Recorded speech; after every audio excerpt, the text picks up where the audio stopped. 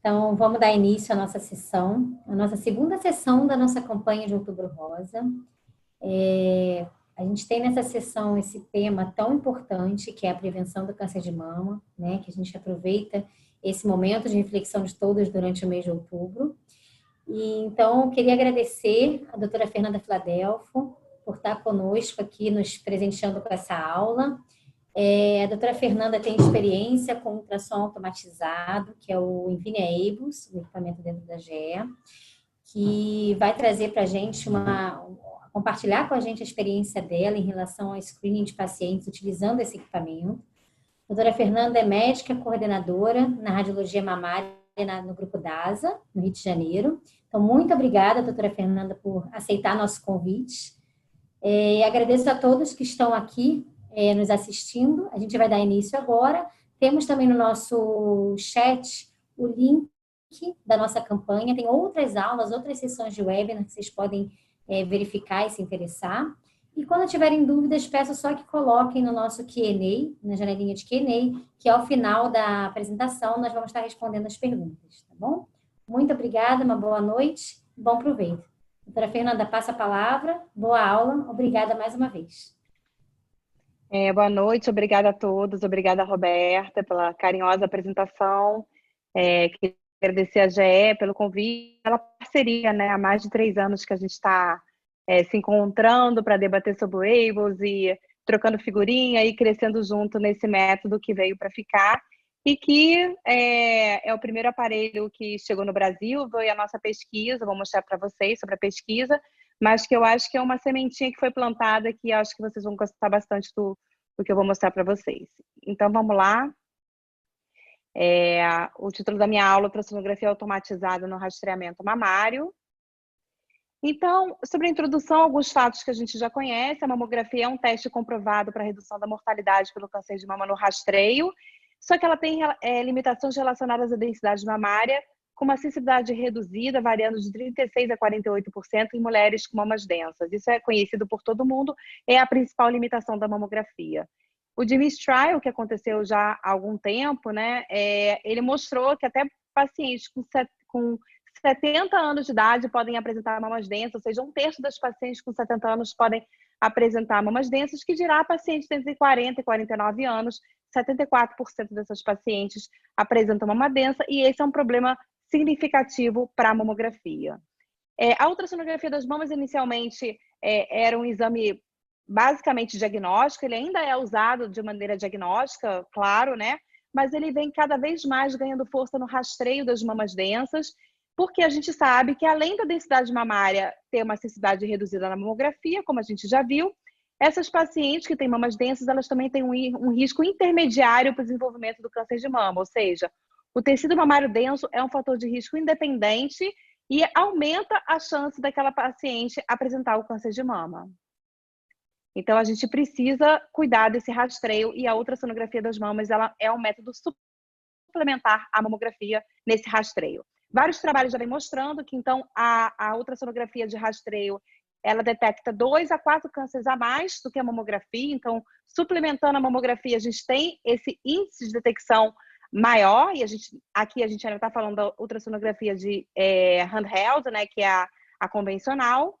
Então, se a gente tem esses dados da ultrassonografia convencional que suportam essa detecção de câncer de mama, por que a gente precisa de um outro método? É viável a gente fazer tanto ultrassonografia de rastreio? Custo? A gente tem gente para isso, a gente tem pessoal para isso, a gente tem pessoas especialistas com expertise para realizar tal método? Então, a gente sabe que a ultrassonografia convencional, ela se comporta de maneira diferente nos Estados Unidos do que no Brasil. Nos Estados Unidos, a gente tem uma técnica realizando, um técnico realizando a ultrassonografia, e o radiologista, ele somente faz a leitura a partir das fotos do exame. Diferente do Brasil, a gente tem um radiologista, um ultrassonografista, que realiza o exame e a leitura do exame também. Então, nos Estados Unidos, a gente tem a ultrassonografia solicitada normalmente a mamografia solicitada por um radiologista, ou seja, normalmente a paciente, ela recebe aquela cartinha que está na hora dela fazer o rastreio dela, ela normalmente faz a mamografia a partir dos 40 anos, e após o nascimento da legislação para a densidade mamária, que é muito importante lá nos Estados Unidos, ou seja, Existe uma legislação onde é obrigatório a mamografia falar sobre a densidade mamária daquela paciente.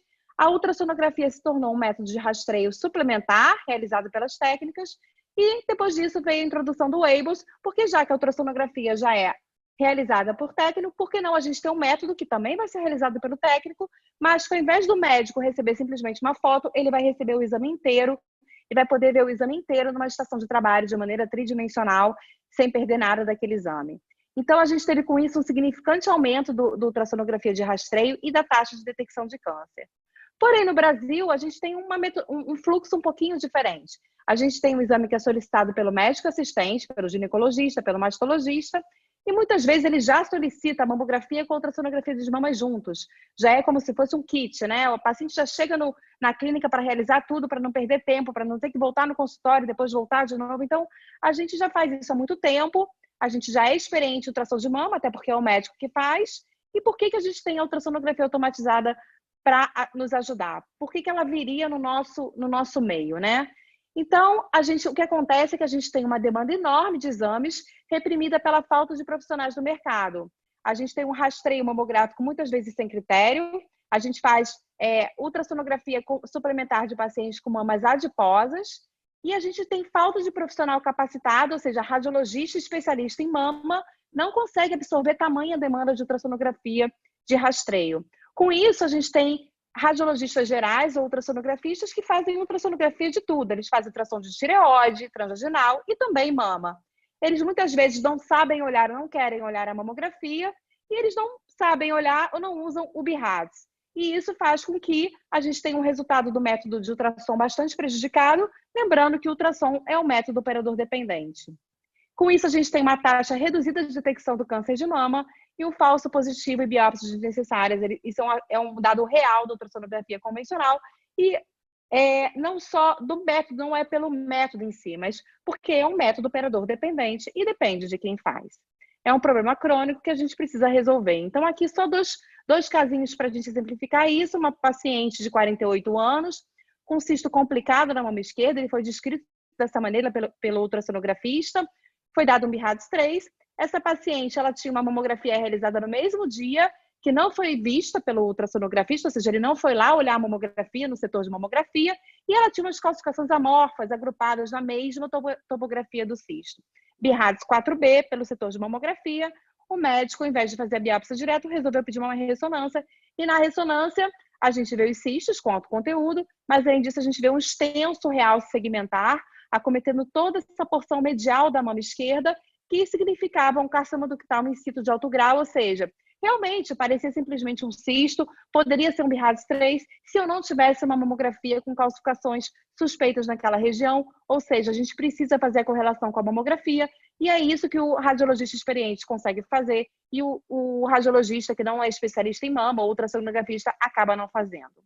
Um outro caso, uma paciente com nódulo na mama esquerda, a princípio foi dado como nódulo de gordura, ele tinha 1,4 centímetros em 2016, um BIRADS 2 pela ultrassonografia, só que acontece que em 8 meses esse nódulo cresceu bastante, ele passou para ter 3 centímetros em 2017, associado a linfonodopatias axilares, era um carcinoma ductal infiltrante multifocal, ou seja, esse nódulo já apresentava um contorno, uma forma irregular, uma margem microlobulada que não foi valorizada pelo radiologista e a morfologia soberana, ou seja, são tipos de achado que um radiologista mamário teria mais experiência para falar e descrever. Quais são os outros problemas da ultrassonografia convencional? Então, a gente já falou da dependência do operador, mas a gente também sabe que ele consome muito tempo do radiologista, ou seja, o radiologista ele perde tempo conversando com a paciente, sabendo da paciente, a paciente muitas vezes pede para a gente olhar um outro lugar que não a mama, ela quer contar um pouco da vida dela, e faz parte, a gente está ali naquele exame, muitas vezes a gente serve até de psicólogo para a paciente, mas isso acaba consumindo tempo e a gente tem uma produção menor, e isso foi comprovado pelo ACRIM 6666, que foi um grande estudo do Colégio Americano de Radiologia. Então, a conversa com a paciente pode distrair, atrapalhar o exame, e a paciente também ela fica ansiosa, ela fica olhando para o radiologista, querendo saber se a gente achou alguma lesão. Se a gente para um pouquinho em cima da mama da paciente, ela olha para a gente com aquele rosto, o que você está vendo? O que você está vendo? Então, realmente é um método que a gente precisa estar bem tranquilo, bem sereno, conversar com a paciente, e levar de uma maneira mais tranquila possível, e isso demanda tempo. Então, agora a gente vai falar um pouquinho da ultrassonografia automatizada, também chamada de ABUS. Ele foi aprovado pelo FDA em 2012, e o que ela busca? Ela busca consistência, padronização e reprodutibilidade, aliviar a dependência do operador e reduzir a variação interobservador. Então, aqui eu tenho uma paciente na posição que a gente realiza o exame, a paciente deitada de decúbito dorsal, com o corpo um pouquinho inclinado, a gente usa um anteparo para inclinar um pouquinho a paciente e ter o mamilo apontado para o teto, porque a gente precisa dessa mama bem distribuída para acoplar o aparelho. Então, aqui a gente vê o nosso transdutor, é um transdutor que parece uma caixa, na verdade, o transdutor é isso tudo, mas o transdutor, na verdade, é essa estrutura aqui que desliza sobre a mama da paciente, e as imagens são vistas pela técnica nessa tela e depois encaminhadas para a estação de trabalho. A princípio, como protocolo, são obtidas 3 vistas, que na verdade são 3 sequências ou vistas, né? A lateral, a medial e a AP, que a AP é do meio da mama, a lateral e a medial. E essas vistas, normalmente, elas conseguem... a maioria dos exames conseguem ficar simplesmente com essas vistas. Quando necessário, se a mama for um pouco maior ou mamas com implantes, a gente também pode abrir mão de usar outras vistas, como a vista superior e a vista inferior. Então, aqui um videozinho só para a gente mostrar rapidamente um exame para vocês. Aqui a técnica está cadastrando a paciente. A gente utiliza essa membrana é acoplada no transdutor, para que ela fique em contato e dê contato com a mama da paciente. A gente utiliza o gel convencional, que a gente utiliza na ultrassonografia convencional, porém a gente precisa de uma quantidade importante de gel para que a gente tenha esse contato, e é utilizada uma espátula para espalhar esse gel, para que o transdutor tenha bastante contato com a mama da paciente. Então aqui a gente pode reutilizar esse gel nas outras vistas depois, né? Ela já seleciona aqui o tipo de mama da paciente, se é small, medium ou large, ou seja, o tamanho da mama da paciente interfere, e começa a primeira vista. A gente acopla o transdutor, a caixa, né, como vocês quiserem chamar, na paciente, e após a técnica iniciar, ela faz uma leve compressão na mama da paciente. Então existe esse botão que faz uma compressão que pode ser pequena, média ou maior, para acoplar melhor o transdutor, e começa a varredura de baixo para cima, inferior para caudal para cranial, nessa mama. A gente pode ver que o mamilo, nessa incidência, ele está centralizado, então a gente precisa de um mamilo centralizado, a primeira, é a AP, tá? E a técnica vai acompanhando as imagens na tela e vendo se a imagem está satisfatória, se ela está pegando toda a mama, se ela está tendo artefatos na porção lateral ou não. E aí, terminando a varredura, a imagem vai toda para a tela, a técnica marca o mamilo e faz a varredura coronal, que é outro benefício da ultrassonografia automatizada, para a gente ver se a gente perdeu alguma parte da mama. Então, nesse momento, a técnica faz uma avaliação mais técnica, não é uma avaliação para laudo, é uma avaliação técnica para ver se o exame dela está de boa qualidade. E a seguir, ela parte para as outras vistas. A frequência ela é ajustada automaticamente, a profundidade. O transdutor varia de 6 a 15 MHz, mas assim, ajusta naturalmente, e a profundidade ela é ajustada de acordo com o tamanho da mama. Então a gente coloca ali no início, como eu mostrei para vocês, sendo que a mama pequena, a profundidade de 3 centímetros, a média de 4 e a grande de 5 centímetros. A sonda do ABUS, ela é comprida, ela tem mais ou menos 15 centímetros. E qual é a vantagem da gente ter uma sonda tão grande? A gente cobre toda a mama da paciente em poucas vistas, ou seja, a gente tem menos imagens para rever e vai facilitar a reconstrução 3D. Como desvantagem, a gente vai ter um campo de visão muito grande, ou seja, os nódulos eles vão parecer menores do que numa sonda de 5 centímetros da ultrassonografia convencional. E outra desvantagem é o limitado acesso à axila e à região retroareolar. Então, aqui a gente pode comparar que numa sonda da ultrassonografia automatizada, do ABUS, de 15 centímetros, perto desse campo de visão, o nódulo ele vai parecer menor do que numa sonda de 5 centímetros, que a gente tem esse campo de visão bem menor, proporcionalmente ao tamanho do nódulo. Então, isso é uma questão do ABUS, mas que a gente melhora a avaliação com a curva de aprendizado, aqui mostrando para vocês o mesmo nódulo, o mesmo fibroadenoma, que a gente consegue ver dessa maneira na ultrassom convencional, e que a gente vê dessa maneira no Weibus, porque a gente aqui está vendo a mama como um todo na vista, está vendo a parede torácica da paciente, aqui no caso o mamilo, tá vendo? Então a gente vê a região toda, então a gente vê um nódulo menor, isso simplesmente é questão de acostumar e da curva de aprendizado. Além disso, a sonda ela é curvada para permitir uma melhor compressão na periferia da sonda, ou seja, a gente tem um maior contato com a mama, inclusive na periferia, e vai minimizar os artefatos, mas não vai anular. Então, aqui já falando para vocês, um dos principais artefatos que a gente vai mostrar depois, que é importante a gente falar também das questões que a gente encontra, né, das particularidades do método, são os artefatos de compressão, também chamados de shadowing ou sombra acústicas. A gente aqui no Brasil chama de áreas hipoecóicas, né, quando até simula uma lesão, que são causas de falsos positivos e de retorno, ou seja, às vezes a gente, ainda mais no início, quando a gente está se acostumando com o método, a gente se depara com esse tipo de artefato e a gente muitas vezes quer chamar a paciente para olhar no ultrassom convencional, para ter certeza que não é nada, mas com o tempo a gente começa a se acostumar com esse tipo de imagem, até porque a gente começa a olhar as outras vistas e ver que aquela imagem não existe e começa a se acostumar que aquilo ali realmente é um artefato. Então, a mama pode não ter um contato tão importante nessa porção lateral e a gente também tem esse tipo de artefato, que é uma falta de contato na porção lateral, e é por isso que a técnica precisa olhar o exame quando ela finaliza, para ver se ela precisa repetir alguma imagem, fazer, no caso, a vista lateral, a vista medial e, às vezes, alguma outra imagem além disso. Então, vamos comparar aqui as limitações dos métodos. A gente já falou que as limitações da ultrassom convencional são mais logísticas. Vão depender do operador, da experiência do operador, do tempo, experiência do operador, tem uma dependência desse radiologista e da distração do médico e ansiedade da paciente durante o exame. Já as limitações da ultrassonografia automatizada, elas são mais técnicas. A sonda grande, onde a gente vai ter um nódulo com com um menor tamanho, os artefatos, a falta, por enquanto, do Doppler, elastografia, de algumas manobras dinâmicas que você faz no momento, e algumas áreas que a gente ainda não cobre, como axila e região retroalar, mas tenho certeza que com a evolução do método, com certeza a gente vai ter novos benefícios. Então, aqui para mostrar para vocês o protocolo do método, a gente posiciona a paciente, faz a aquisição da mama direita, a aquisição da mama esquerda e faz a leitura do exame na estação de trabalho. A técnica envia as imagens para a estação do trabalho e a gente pode fazer a leitura conjugada da mamografia e do Weibus, o que é muito importante para aquele exame daquela paciente. Aqui mostrando para vocês como é que é a leitura no workstation. Então, a gente tem, a gente encontra a paciente, a nossa estação de trabalho. Deixa eu continuar aqui o nosso vídeo. A gente carrega as imagens, seja no plano transverso ou no plano coronal.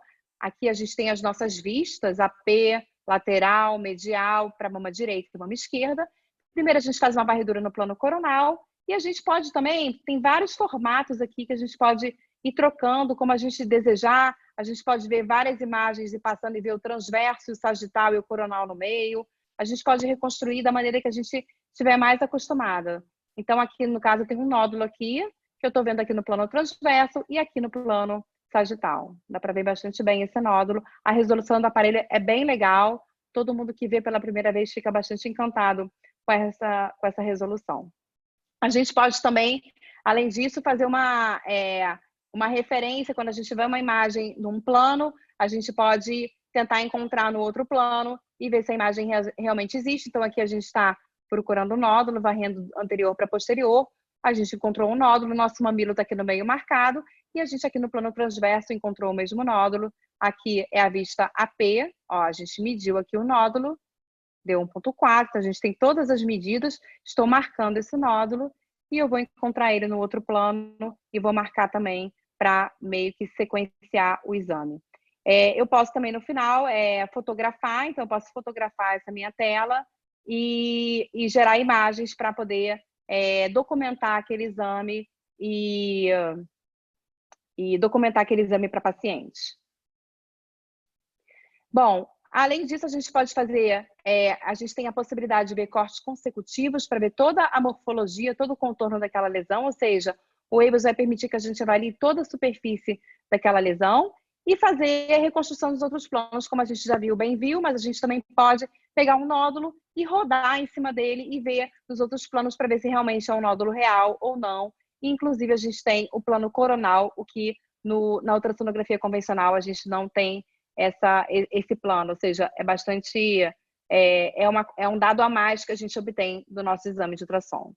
E o plano coronal, ele pode dar bastante informação para a gente no que diz respeito a distorções arquiteturais, e tem até esse fenômeno descrito, que é o fenômeno de retração, que acontece em alguns tipos de lesões suspeitas, como a cicatriz radial e o carcinoma ductal invasivo, ou seja, o plano coronal facilita a gente a ver esse tipo de lesão.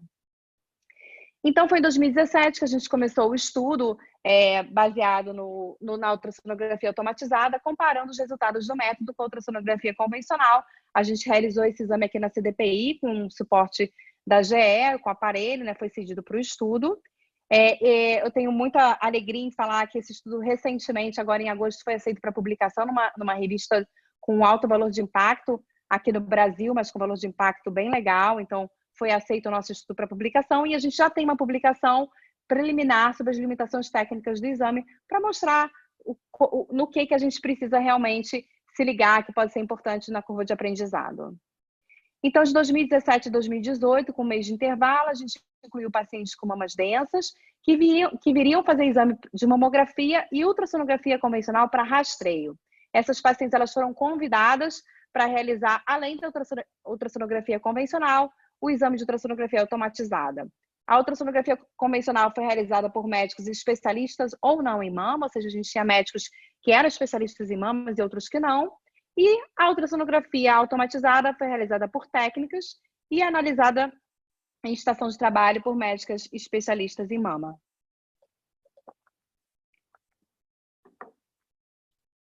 E a mamografia sempre esteve disponível para quem quisesse olhar a mamografia, seja o médico especialista, não especialista, o médico de ultrassom convencional, o médico que avaliou a ultrassonografia automatizada, a mamografia estava sempre disponível para quem quisesse olhar. Então, a gente teve 440 pacientes nesse estudo, com uma média de idade de 48 anos, e apenas 2% dessas pacientes apresentavam implantes, algumas com história familiar positiva.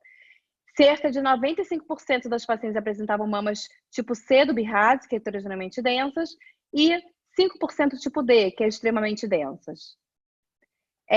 O exame foi realizado por médico especialista em mama, o convencional. Estou falando primeiro da ultrassonografia convencional, em 22% das pacientes, não especialista em 77% das pacientes. Ou seja, na nossa rotina diária, a gente consegue ver que os médicos especialistas não conseguem absorver a tamanha demanda de ultrassom de rastreio e apenas 1/4 dos exames foi realizado por eles e 3/4 por médicos não especialistas em mama.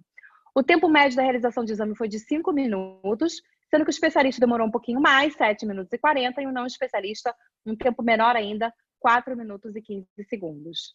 Isso foi, estatisticamente, essa diferença foi significativa, foi uma diferença estatisticamente significativa de tempo entre o especialista e o não especialista. Em relação ao ABLS, a gente teve um tempo médio de exame de 14 minutos, um tempo médio de leitura de 4 minutos e 25 segundos, sendo que a maioria dos exames, quase 70%, a gente só precisou realizar 6 vistas, 11% 7 vistas e 18% 8 vistas. Ou seja, em casos de mamas maiores ou com implantes, a gente, em alguns casos, realizou mais vistas. Comparando o tempo médio de leitura, ou seja, o tempo que do exame, né? Porque no caso do ultrassom convencional, a leitura já é o exame, deu 5 minutos, e no caso do ABLS, 4 minutos e 25 segundos, ou seja, um tempo menor. E na ultrassonografia convencional, esse tempo, ele não está medindo o tempo de troca da paciente, do deslocamento do médico. A gente fez a mensuração somente do tempo do exame, do escaneamento da paciente. Ou seja, a gente tem que contar ainda que esse tempo ainda é maior, porque o médico perde tempo chegando, conversando, se deslocando para chegar, para sair da sala e conversar com a paciente, enquanto no ultrassonografia automatizada, o médico acabou um exame, fecha o exame e já abre o outro diretamente, como a gente faz com uma tomografia ou com uma ressonância magnética. Aqui para mostrar que o tempo de exame da ultrassonografia automatizada nosso foi de 14, na literatura a gente tem trabalhos mostrando 12 minutos em média, então está bem dentro da literatura, um tempo de 12 minutos. Em relação à interpretação, o nosso deu em média 4 minutos, e aqui esse trabalho mostra que em média você pode chegar a 3 minutos de leitura da ultrassonografia automatizada na Workstation, e aqui nesse outro trabalho, 3 minutos também de trabalho, sendo que quando você associa o CAD, ou seja, já tem bastantes estudos mostrando o CAD né, para o sistema de CAD, para a ultrassonografia automatizada, a gente tem uma redução ainda maior desse tempo, chegando a 1 minuto e 10 segundos de leitura. E a gente viu também nesse trabalho da Radiology que o CAD foi útil, sobretudo para aqueles médicos que são mais novos, menos experientes, ou seja, no caso dos radiologistas mais experientes, o resultado não diferenciou tanto em relação com CAD ou sem CAD, mas no caso dos médicos menos experientes, o CAD foi bastante legal quando associado à ultrassonografia automatizada. Em relação aos nossos resultados ainda, a gente viu que a dor ela é, na maioria dos casos, ausente e que as pacientes se queixaram de maior dor durante a ultrassonografia automatizada foram 5% das pacientes e, sobretudo, na porção medial, porque pode machucar um pouquinho na porção do externo, mas isso não foi uma queixa predominante das pacientes.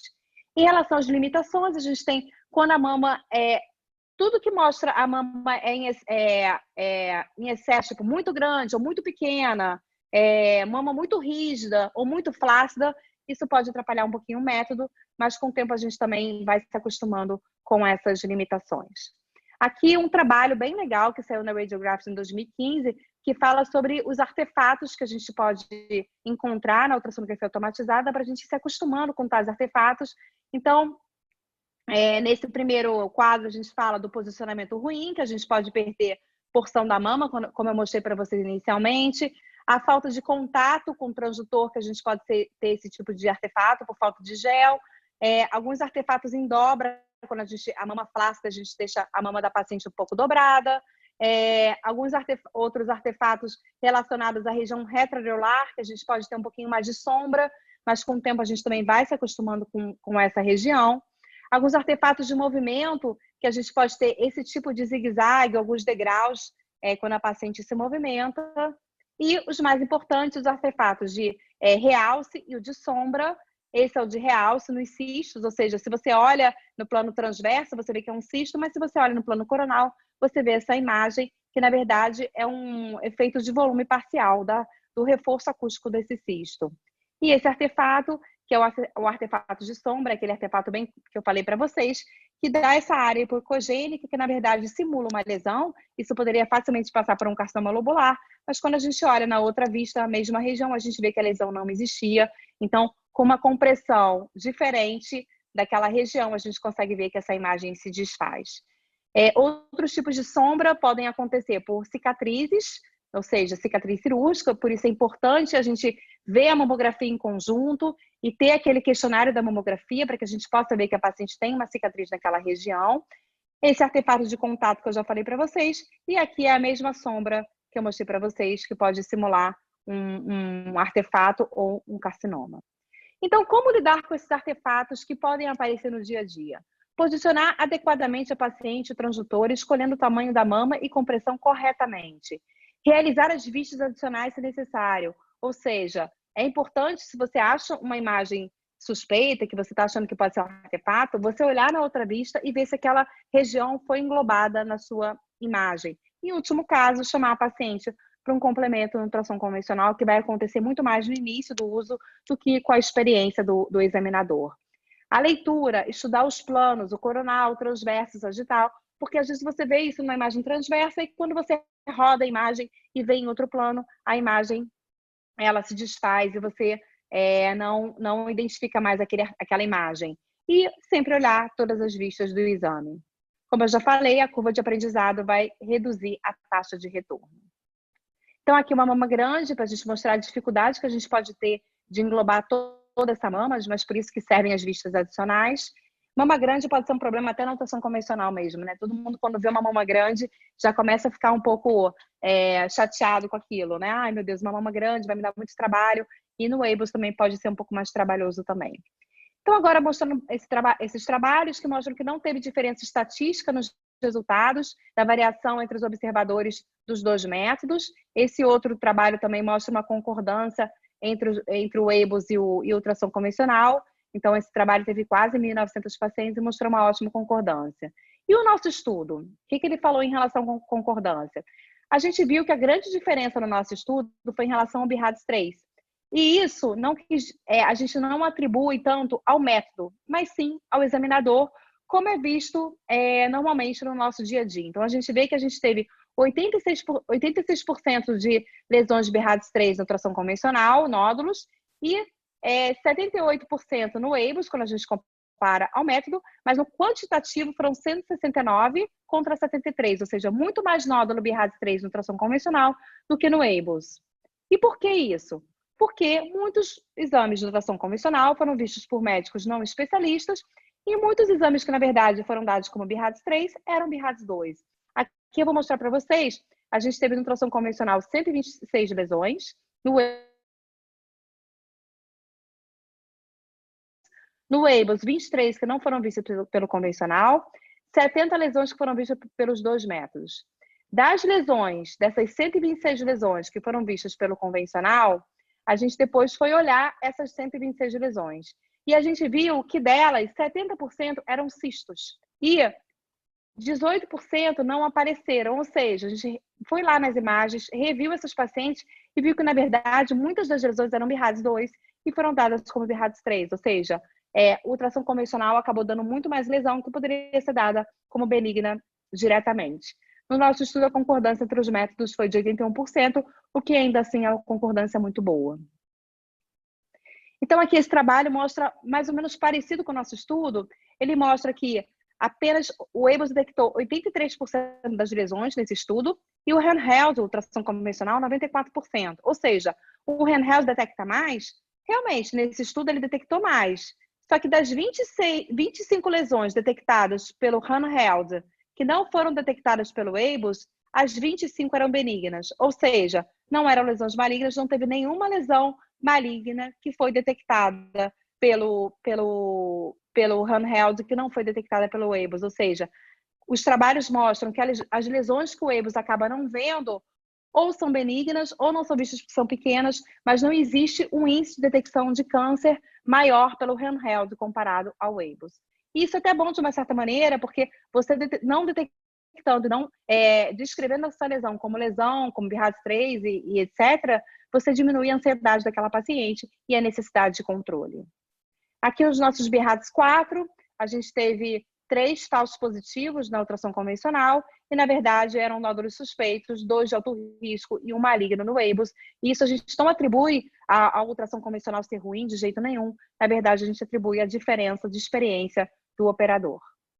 No caso do ultrassom convencional, e da leitura do caso do EIBOS, né? Na verdade, quem leu os exames tinha experiência diferente. Então, no nosso trabalho, a taxa de detecção do EIBOS foi de 4,5 em 1.000 mulheres e do ultrassom convencional de 2,3 em 1.000 mulheres, uma detecção menor, mas porque esse método foi avaliado por especialistas e não especialistas. Mas, no mínimo, a gente já consegue ver que os dois métodos eles têm uma acurácia, uma eficácia bastante parecida. Aqui, outros trabalhos com EIBOS, mostrando também a taxa de detecção suplementar pelo método de câncer, bem parecida com aquela tabela que a gente viu lá no início, entre 2 a 4 cânceres em cada 1.000 mulheres, tá? E esse outro trabalho também mostrando uma taxa de detecção de 2 cânceres a cada 1.000 mulheres pelo EIBOS, sendo que muitos cânceres invasivos pequenos com axila negativa, ou seja, é exatamente o câncer que a gente quer detectar. Outros trabalhos comparando essa taxa de detecção também, o EIBOS nesse trabalho de 3,8, ultrassom convencional de 2,7, ou seja, aqui o convencional foi um pouquinho menor, mas na verdade todos ali na média de 2 a 4 cânceres em 1.000 mulheres. Então aqui alguns casos do nosso estudo, essa paciente, para vocês verem a resolução da imagem, como é que é legal, então essa paciente tinha 3 carcinomas ductais infiltrantes na mama direita e a gente consegue ver tanto no plano coronal quanto no plano transverso e a gente conseguiu ver esses cânceres pelos 2 métodos. Já esse caso foi apenas visto pelo EIBOS, uma paciente com uma ectasia ductal discreta e com um nódulo pequeno intraductal, então a gente pode ver que apesar da gente ter um campo de visão maior no EIBOS e esse nódulo aparecer menor para a gente conseguiu detectar ele facilmente, era um papiloma intraductal, pelo EIBOS e esse nódulo não foi visto pelo ultrassom convencional. Essa paciente tinha um nódulo grande no ultrassom convencional, foi dado como BRADS4, no EIBOS é esse nódulo para a gente vê que é um nódulo circunscrito, apesar de grande. No EIBOS ele foi categorizado como BRADS3, no ultrassom convencional foi como 4, porque ele era palpável, e era um clássico fibridenoma, ou seja, um falso positivo do ultrassom convencional. Essa paciente era a mesma paciente que tinha um nódulo na outra mama, na região retroareolar, e que a gente pode ver que, apesar de ser uma região que a gente tem um pouquinho de medo no Weibus, a gente conseguiu ver claramente esse nódulo aqui no nosso exame. A gente teve uma acurácia bastante legal para ver esse nódulo e comparando ele com o convencional, os dois métodos deram com o BIRADS 3. Esse exame foi o Weibus que mostrou essa área hipoecóica. Ela foi vista em mais de uma vista, aqui no caso era a mama direita na região medial. Essa imagem não foi vista pelo convencional inicialmente, mas eu trouxe a paciente para a gente olhar depois no convencional, eu encontrei a lesão, fiz a biópsia e era um carcinoma lobular infiltrante que havia sido perdido, não porque o convencional não seria capaz de ver, mas pela experiência do examinador. E aqui mais um casinho para vocês, uma paciente com nódulo que foi dado como complexo pela ultrassom convencional. E no Weibus a gente conseguia ver que, apesar de ser um cisto complexo, ele tinha um nível, parecia um cisto complexo, mas ele tinha um nível nessa região, o que é bem típico de um cisto complicado. Essa paciente foi para a ressonância também, que mostrou que não tinha realce nessa região, e tinha esse nívelzinho aqui com conteúdo proteico hemático naquela região, bem típico de um cisto complicado, um BIRADS 2. Esse último caso, uma paciente com nódulo hipoecogênico, oval circunscrito, um BIRADS 3, ultrassom convencional. E ele fez o Weibus no mesmo dia, o nódulozinho estava lá, só que no Weibus, além do nódulo, a gente viu essa região, essa área hipoecóica irregular, espiculada posteriormente ao nódulo, tá? Que não tinha sido visto pela ultrassom convencional. E quando a gente consegue reaver a imagem do ultrassom convencional, a gente vê que a imagem já estava ali, mas simplesmente não foi valorizada pelo radiologista que deu o laudo, e aí não foi dado o BIRADS 4, foi dado o BIRADS 4 somente pelo Weibus, e era uma cicatriz radial. Então, na nossa prática clínica, como é que a gente seleciona os pacientes para o Weibus? Eu sei que muita gente fica com curiosidade sobre isso, a gente pode responder mais sobre isso, mas por enquanto, como é que a gente faz? A gente já começou a fazer os exames na prática diária, a gente está fazendo o exame seguindo o que é respaldado, por enquanto, pela literatura, embora a gente saiba que as outras indicações vão crescer, elas vão chegar, mas por enquanto a gente faz os pacientes que fazem mamografia de rastreio na nossa clínica no mesmo dia, ou seja, que a gente vai ter certeza que a gente vai ter acesso a essa mamografia e que apresentam mamas densas. A paciente precisa de um pedido de ultrassom que mostra indicação de rastreio, tá? Porque a gente não tem feito ainda o Weibus para ultrassom diagnóstico. A paciente não pode ter solicitação de Doppler ou de ultrassom das axilas para a gente fazer o exame na ultrassonografia automatizada. E a gente utiliza o mesmo questionário da mamografia. Por enquanto, a gente está excluindo as pacientes que têm cirurgia há menos de um ano, porque aquelas cicatrizes mais hipoecogênicas, por enquanto, a gente pode ter um pouquinho de dificuldade, então a gente ainda está evitando esse tipo de caso. Esse tipo de caso a gente está deixando para o ultrassonografista no ultrassom convencional fazer, e também os pacientes com implantes. Em relação a direções futuras, a gente quer ver o Weibus ter uma redução do tempo de exame, que a gente ainda acha um pouquinho grande, de 14 minutos. A gente acha que com o tempo a gente vai conseguir reduzir esse tempo de exame, quem sabe para 10 minutos, quando as pacientes ficarem mais habituadas ao método, tiverem menos dúvidas e o tempo de exame pode reduzir. E também em relação aos artefatos. A avaliação da axila, quem sabe a gente consegue de alguma maneira ter essa avaliação no futuro, Doppler, elastografia. Tem muita coisa para chegar para a gente para ser associada ao Weibus, como CAD, inteligência artificial, ou seja, tem muito estudo vindo por aí, e também as outras aplicações clínicas, como ultrassonografia no pré-operatório, neoadjuvância, ultrassonografia direcionada, ou seja, muita coisa para a gente esperar por aí. Aqui só para mostrar alguns trabalhinhos que estão por vir. Então, esse aqui é a utilização do Weibus no estadiamento de doença, comparando com a ressonância magnética, e 2 trabalhinhos mostrando o Weibus para avaliação de resposta à quimioterapia neoadjuvante. E para terminar, um outro trabalhinho que mostra a fusão do Weibus com a tomossíntese, ou seja, no futuro estão querendo, ao mesmo tempo que você faz a mamografia, você está fazendo a imagem do Weibus e o transdutor está aqui, você tem a imagem fusionada já dos 2 métodos, ou seja, isso é um protótipo, mas é o que pode estar por vir por aí.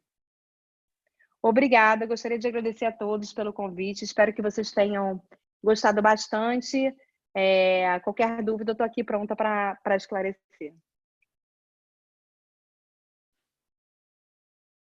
Eu acho que você está com o microfone desligado, Roberta. Verdade. Doutora Fernanda, gostaria de te agradecer, muito obrigada pela aula, excelente aula.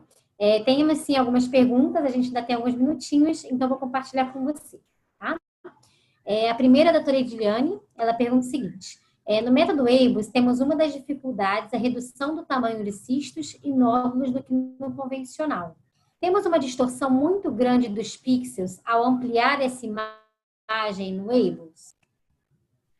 Na verdade, a gente não costuma ampliar a imagem, não, mas não, assim, a gente amplia naqueles formatos laterais que eu mostrei para vocês, tem alguns formatos ali que a imagem fica maior, e você consegue ampliar dessa maneira. Mas não vejo distorção grande, não. Inclusive, se eu não me engano, acho que a Ângela pode até responder melhor, que um dos benefícios da versão nova do Nvidia, né, do aparelho, é exatamente a melhoria da resolução mais ainda. Ou seja, eu acho que o Nvidia 2 melhora mais a resolução, mas realmente, assim, eu não vejo problema em relação à resolução. O que eu vejo mas você nunca vai conseguir ampliar como você amplia na nutrição convencional. Isso é uma coisa clara, né? Aquela imagem enorme que eu fiz de um fibroadenoma aqui, isso dificilmente você vai fazer. Você vai começar a acostumar o seu olho, como você acostuma também na ressonância. Na ressonância, é bem comum isso também. Você na ressonância, você não vê só uma partezinha da mama como você vê na nutrição convencional. Você vê a mama toda e a lesão ali parece ser menor.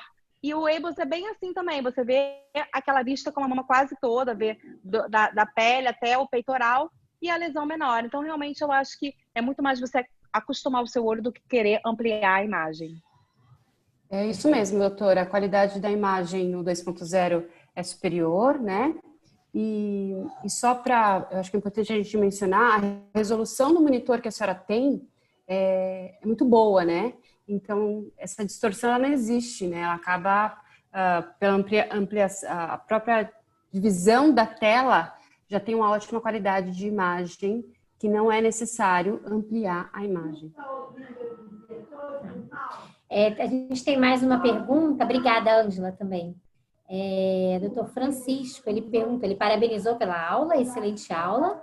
Qual a taxa de falso positivo do EIBOS? Então, a taxa de falso positivo do EIBOS, ela é bem parecida com a ultrassom convencional. Ele vai depender do operador, né? Muito mais do operador do que do ultrassom em si, né? Na verdade, como a gente sabe, o principal problema do ultrassom de rastreio, por isso que ele demorou muito tempo para chegar, para ser adotado, eram esses falsos positivos que aumentavam o número de biópsias necessárias.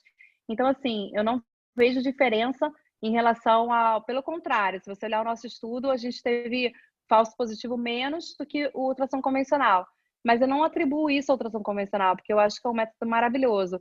E a gente, no nosso estudo, a gente estaria muito feliz, a gente ficou muito feliz de ver o resultado parecido ou igual do ultrassom convencional.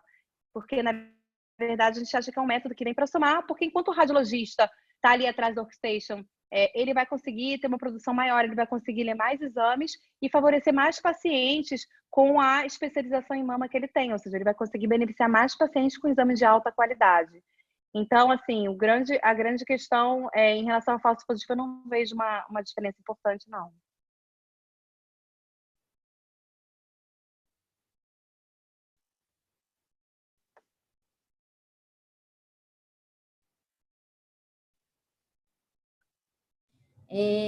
A gente tem mais uma perguntinha, doutora Fernanda. Tem mais um minutinho, dá para a gente fazer. O Rodrigo perguntou o seguinte: na rotina normal, existe alguma conduta diferenciada para pacientes com mamas densas? Ou normalmente no dia, acho que você mencionou, né? Que no dia faz a mamografia para essa decisão, né? Na verdade, assim, como é um método que ainda não está bem difundido e ainda as pessoas estão começando a conhecer, a gente precisa ser bastante criterioso para poder estar respaldado pela literatura, né? Então, a gente só tem feito com pacientes com mamas densas, que é onde realmente a ultrassom de rastreio tem indicação, né? Não tem indicação de rastreio nem o ultrassom convencional da mama adiposa. Então, a gente tem que ser respaldado pela literatura. E como a gente ter certeza que essa paciente vai ter mama densa no agendamento? A gente não tem como ter. O pessoal do agendamento muitas vezes deixam passar algumas coisas, é muito paciente sendo marcado. Então, a única maneira da gente ter certeza que essa paciente tem mama densa é a gente fazer a mamografia no mesmo dia. Porque a paciente pode esquecer de levar a mamografia anterior e a gente acabar tendo um problema. Então, a gente prefere para estar respaldado e fazendo a coisa coerente, de maneira segura, fazer de pacientes que estão fazendo mamografia no mesmo dia, né? Então, a gente só faz de pacientes que estão fazendo mamografia no mesmo dia e a gente olha a densidade mamária. Se a gente confirma que a mama da paciente é densa, a gente pode fazer na ultrassonografia automatizada. Se a mama é adiposa, a gente tem um médico ultrassonografista que vai fazer aquele exame convencional, porque a gente também não vai deixar de fazer, porque o exame foi solicitado.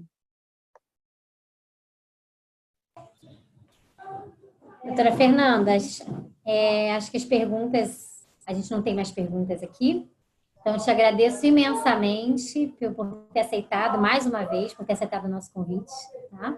Agradeço a todos que estão com a gente aqui até agora, conectados, graças às pessoas de México, de Bolívia, que também estão conectadas conosco. Então, muito obrigada a todos e uma boa noite. Até a próxima. Boa noite, obrigada, tchau, tchau. Obrigada.